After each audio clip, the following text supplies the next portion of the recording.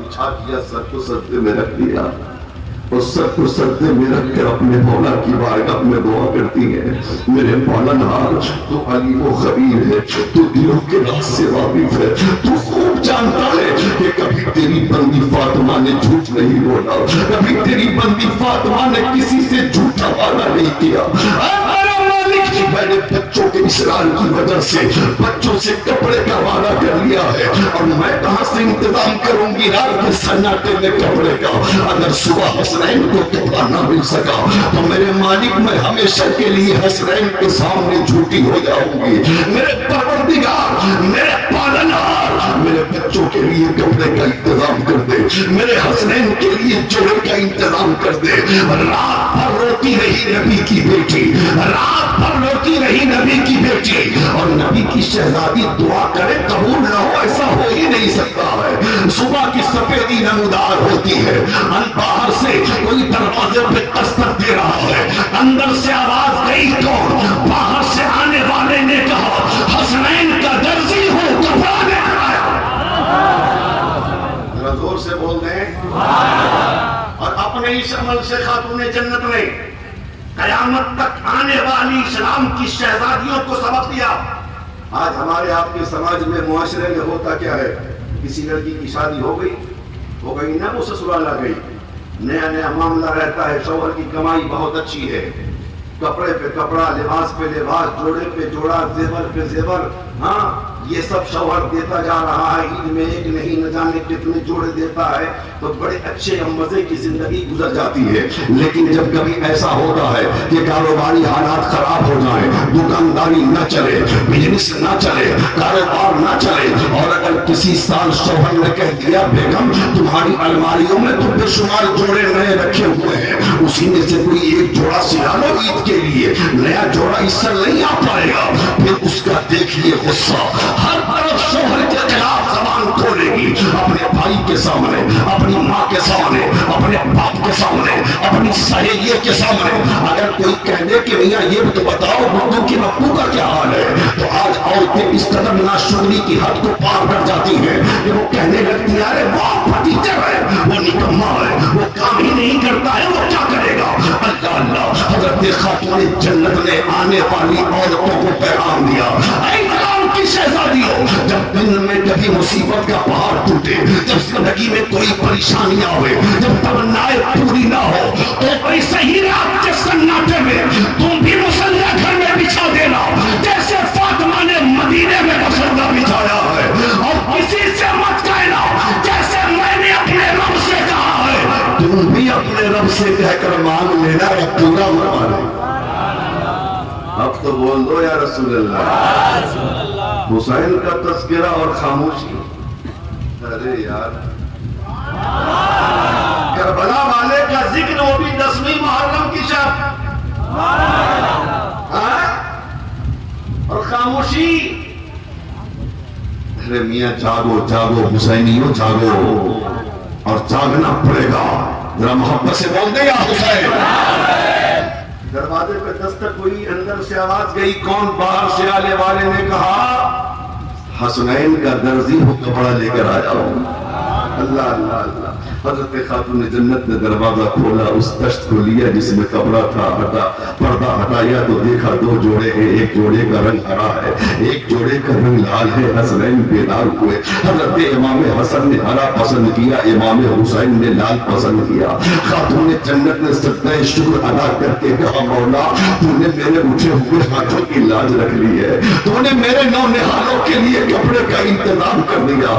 اب حسنین بھی خوش ہے, خاتون جنت بھی خوش ہے. حضرت فاطمہ زہرا نے حضرت حسنین کو نہلایا دھلایا, آنکھوں میں سرما لگایا, بال میں کنگھا کیا, عطر میں معطر کیا. اب نئے کپڑے مصطفیٰ جان رحمت کے نواسوں کو خاتون جنت پہنا ہی رہی تھی. اتنے میں دنیا نے دیکھا کہ شب اسرا کے دولہا تشریف لا رہے ہیں, ہم سب کے آقا تشریف لا رہے ہیں. دور سے نواسوں کو نئے جوڑے میں دیکھا. مصطفیٰ فرماتے ہیں اے بیٹی فاطمہ, یہ نیا جوڑا کہاں سے آ گیا, یہ نیا کپڑا کہاں سے آ گیا. حضرت خاتون جنت کہتی ہے اے بابا جان, اللہ اللہ کا رسول بہتر جانتا ہے. اب یہاں پر رک کے ایک بات سمجھ لیں, خاتون جنت کا عقیدہ بھی سمجھے. جب حضرت فاطمہ الزہرا سے بچوں نے کپڑے کا سوال کیا تو نبی موجود نہیں تھے. جب رات میں مصلی بچھایا خاتون جنت نے، مصطفیٰ موجود نہیں تھے. جب کپڑا لے کے آیا لانے والا، نبی موجود نہیں تھے. لیکن فاطمہ کہتی ہے بابا جان اللہ اللہ کا رسول بہتر جانتا ہے. گویا کہ فاطمہ الزہرا کا یہی عقیدہ ہے کہ میرے بابا اگرچہ موجود نہیں تھے لیکن جو نبی ہوتا ہے اس کے سامنے سے کوئی چیز چھپی نہیں ہوتی ہے. میرے بابا نہیں تھے لیکن پھر بھی سب جان رہے ہیں، پھر بھی سب جان رہے ہیں. اور نبی نے بھی یہ نہیں فرمایا کہ بیٹی کیسی بات کرتی ہو، میں تو تھا ہی نہیں، مجھے کیا پتا. بلکہ میرے آقا فرماتے ہیں ہاں بیٹی فاطمہ، ہاں بیٹی فاطمہ سنو، جب رات کے سناٹے میں تم نے کپڑے کا وعدہ کر لیا اور بچوں کے لیے کپڑے کے انتظام کے لیے تم نے رات میں مصلی بچھا دیا اور رات بھر روتی رہی، تو رب نے جبرائیل سے کہا اے جبرائیل سدرہ پر بیٹھنے کا وقت نہیں ہے، جنت سے دو لے لو اور حسنین کے جاگنے سے پہلے فاطمہ کے گھر پہنچا دو تاکہ جب حسنین بیدار ہو تو ان کو کپڑا مل سکے. اے میری بیٹی فاطمہ، کپڑا بھیجنے والا خدا، کپڑا جنت سے آیا تھا. اب کپڑا لانے والے جبرائیل ہیں، کپڑا لانے والے جبرائیل ہیں. اب ذرا شروع سے دیکھیے.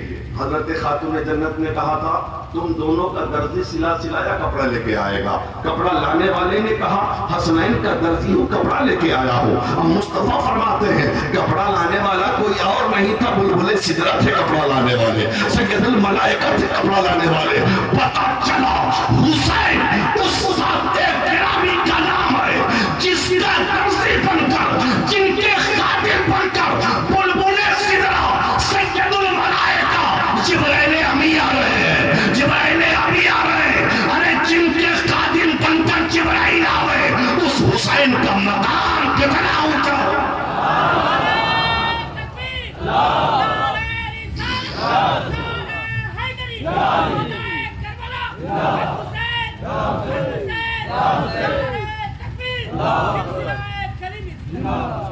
سبحان اللہ. بات سمجھ رہے ہیں آپ؟ بات سمجھ رہے ہیں؟ گھبرا تو نہیں رہے؟ ذرا محبت سے بول دیجیے یا حسین. اللہ اللہ. حضرت خاتون جنت نے دونوں بچوں کو سجا دیا، سوار دیا.